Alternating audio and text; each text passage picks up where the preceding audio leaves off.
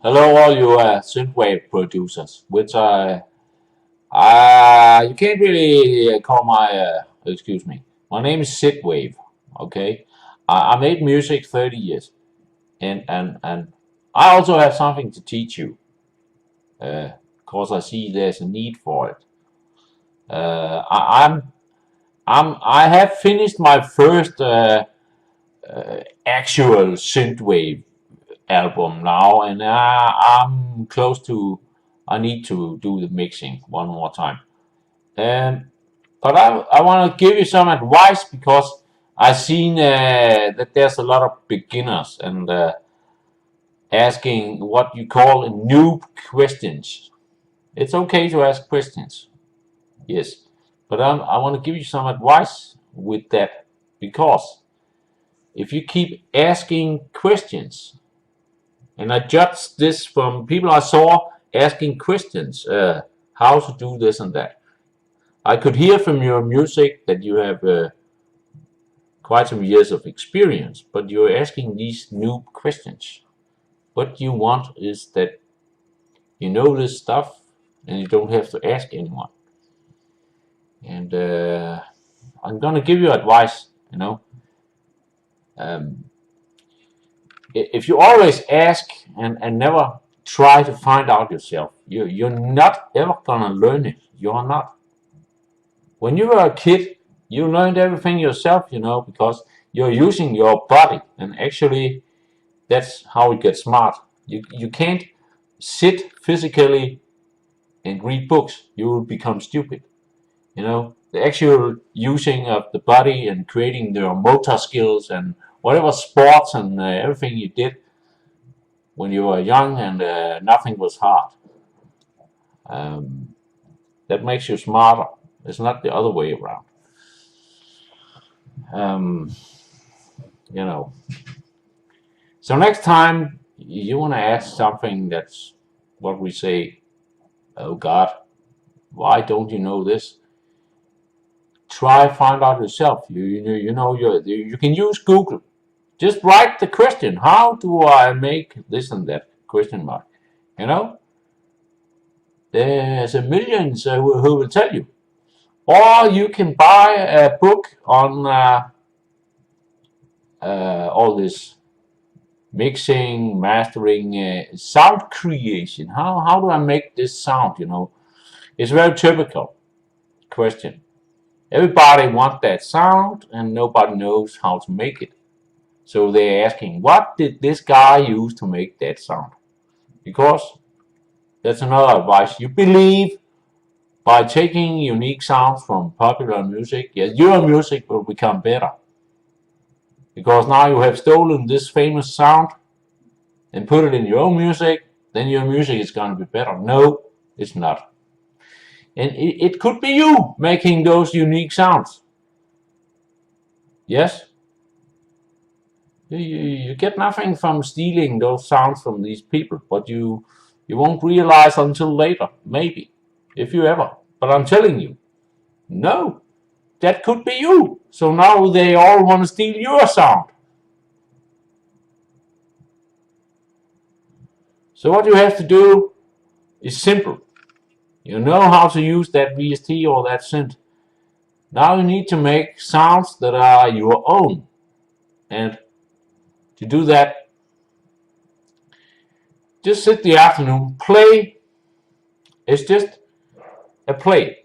I can give you a good method. When you want to make that unique sound which only you made, and now you own that sound. You make the standard sound that you can make. Okay? Then you turn it all the way to the right, to the one extreme. What does it sound like? To the other extreme, what does it sound like? And it's always about right here. It sounds as I intended. Uh, and after that, you try something you maybe never tried because you didn't put numbers in a computer. You were doing music otherwise. So now you have all this stuff you know and how to make those sounds. But now you want to go further than that. You make your own random button that makes sounds for you. So what you do is you make a sound as you imagine it, you want it. Just start with a basic waveform. There's only the triangle, the saw, the pulse, and the noise. Start with one of these, and now you make that sound which you want to make. Now you take a copy, okay? Always clone your sound. You made one sound now, so you clone it. Now you make as many variations as you want. Clone it, change something, so it becomes another sound.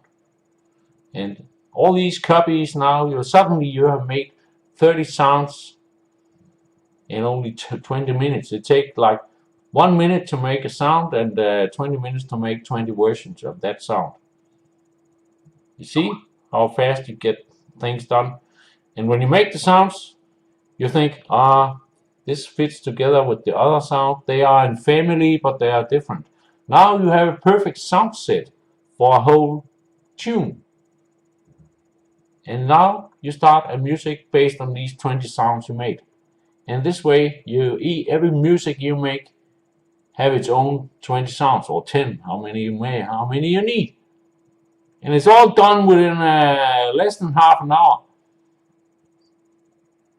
Because you are cloning and changing, and you're thinking, this fits together with that one, and that fits nicely with that one, and suddenly you have 20 sounds. It was no hard work, and you found out a lot of sounds which are hidden in the computer. They pop up everywhere. It's like your own random button, okay? To get that random button working, now you do something completely mad. You have the way you are making a sound. And now you have a sound you made, which is a standard one you could make anytime. And now you destroy it, but do it systematically. And I'll give you one tip. What you can do, you make a wavetable, and that has to be a certain way to reach that sound which you wanted. And now instead of changing it so it becomes something you imagine, now just destroy a few numbers there. Just write some shit. And whatever you hear, you find something that is a good little shit. Something happened. You have your normal sound, and now you destroy it by making shit into it. But you discover, something is interesting here. Then you identify what that thing is. So let's say I hear, there's a nice metal emulation here. It all becomes like metal techno robot, just because I changed 2 steps in the wavetable. So what I do now is then I change the rest, so the full version of that metal sounds comes out of the chip for me. I found it sound inside the computer. You understand? You focus on the thing you hear, and then you shape the rest to fit your shit which you made. Don't be afraid. Make total chaos. Find something you like and then shape it. It's endless what you can do. I really hope that more VST would have a random button, but those who have, but they're not intelligently programmed. They make complete shit, and well, there's a lot of things you have to change if you want something out of it, because there's too many settings. But if you're only randomizing like 3 or 4 things, then it's more easy to find something that you could use. I would wish that every synthesizer had an intelligent random button. You know, like please stay within pulse and don't do this and that, and then just 2, 3 things that it shouldn't do, and then let's see what it will make for you. Okay, well, that was a suggestion for making sounds. About making your music, if you run out of power now, it's boring. I don't know what to do. It's unfinished, lying around there. I'm not good enough. This is too much repeating. The drums are boring. I don't have a melody. I got stuck. I don't know how to make an ending or something like that. It's never been a problem. That's because of the way I work, but that's because of the software that I used when I started making music. Because the software is deciding over you what you can do, and it shapes your way of working, especially when you're not playing most of the things live yourself, which many of you are not. I can, but I'm doing it rarely. It requires a lot of practice. Well, the way I do it, I start something I want, and then I clone this, because that's the way the old software was manageable to use when I was 16 years old. So I'm cloning and changing the whole time. And that does one thing for my music. It means that there's always coming some new stuff into the tune. It might be new sounds or new melodies or new things that are fitting.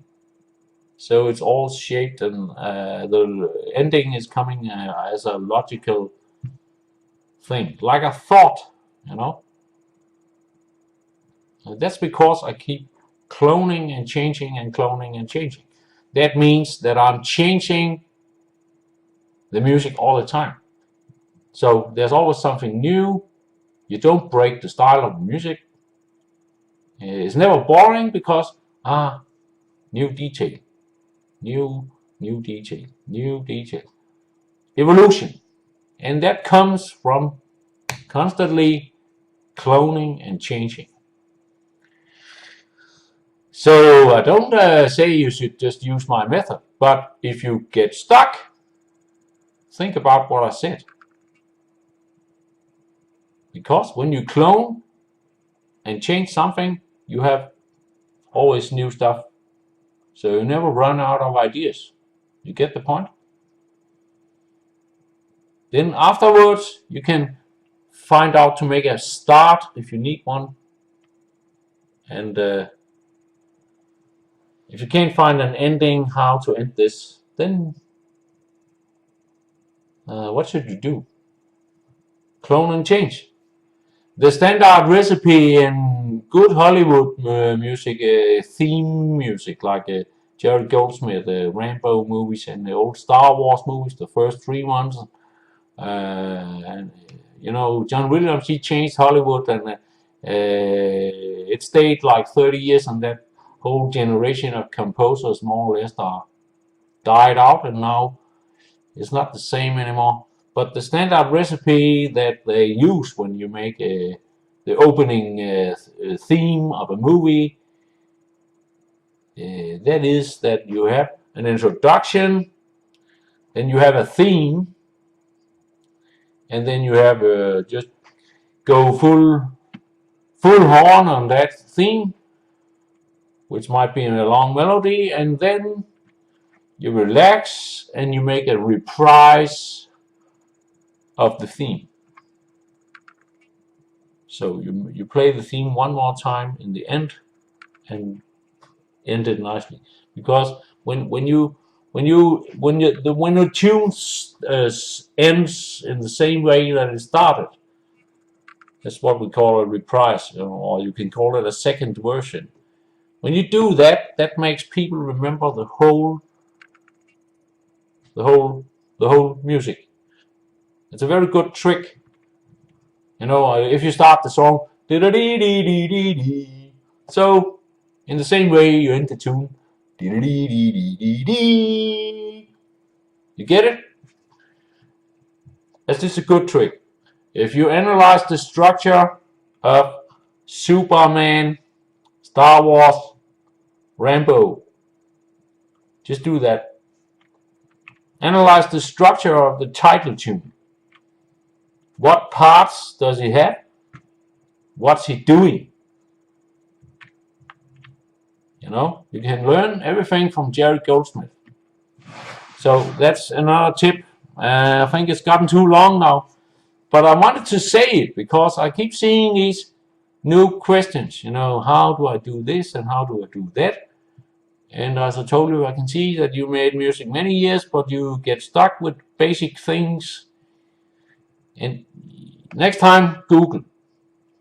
Don't keep asking. You will never learn yourself.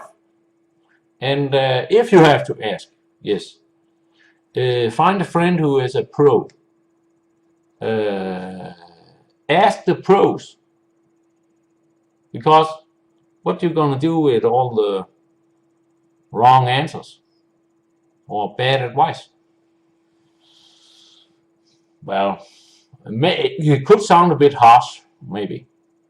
I know it's all well. We like to exchange knowledge and communication and stuff. Yes, but it's just my advice. You don't keep asking. You know. Uh, of course, you can take a course, you know, but they are very expensive. Well, there's a lot of people here who can help anybody. You know, I've seen that. Well, I made this because I saw the other guy explaining. You know, you have the scale on a keyboard, and if you stick to the standard scale, which is no scale at all, you can play everything you want. Yes, because he realized some things that some people were not aware of. Yes, it is very simple. My last advice would be try listen top 40 hits for 1 week, even if it don't ever interest you. Try find out what are they doing those top 10 tracks on the charts, because they're all doing the same thing. I want to tell you, and I call it cheating, because making pop music and getting on top 100 chart, that's cheating. It's too easy. It's cheating. But you will never get on that chart when you're not singing. No. You can sit in the background and be a producer if you want. Well, I don't want that. I want to be on stage. Okay. That was my 2 cents. I hope you got some ideas. Okay, that's it. My real name is Jan Harris. Okay, I'm from Denmark. My artist name is Synthwave. It's been like that for 10 years. I had a unoriginal name I made on the computer in the old days. At some point I discovered a lot of guys on the internet were using my name. I could not use that. I need a unique name. So I found out to call myself this because I started with the SID chip in the Commodore 64.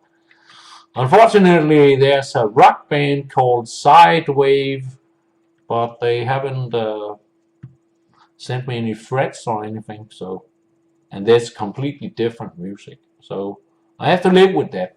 I'd rather not change my name one more time. If you want to find my music, you can do it. I gave you a name now. It's all on Bandcamp, Spotify. Just Google my name.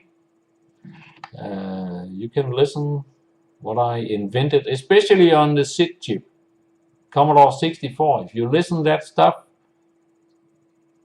and heard what I said, you will notice that, especially in that, because that only has 3 channels. So when you only have 3 channels to make music, you become more creative. Yeah. If you limit yourself, you know, you only need 5 tracks to make a song. Don't use 10 or 20. Now you will see some results in your compositions. They will improve because slapping, 100 tracks on the screen is too easy, and too many people make copy-paste music. I made it myself because it was funny. I'm just slapping drum loops on top of each other and samples and shit, and I'm just using like 30 tracks, and I did nothing. I didn't compose anything. You understand what I mean? I'm just throwing stuff in the computer. And I have to say, well, it was funny, but it's not quality. No. It's the best quality is limit yourself and be a composer. So that's the last advice. Try using only 4 or 5 tracks. You got the bass, you got the drum, you got the chords, you got a melody, and you got a second melody or effects or double bass or stuff running on the chords. Something like that. And nothing more. Then you will see some results composition wise with what you're doing, because you stay on 4 or 5 tracks. Okay? Okay. I hope you can use anything. It's all made for you. Whatever you can use it. Whatever is bullshit, don't change your routine. If you're good with the way you're working, this video is not for you. Okay? I won't tell anybody to change your software. No. Because I know that the way you work makes results for you. The worst thing you can do is take another program because you believe it will improve your music. It will not improve your music. It will improve your ability to do things that you cannot do in the old one. But it will not improve your music. Nope. Okay, bye.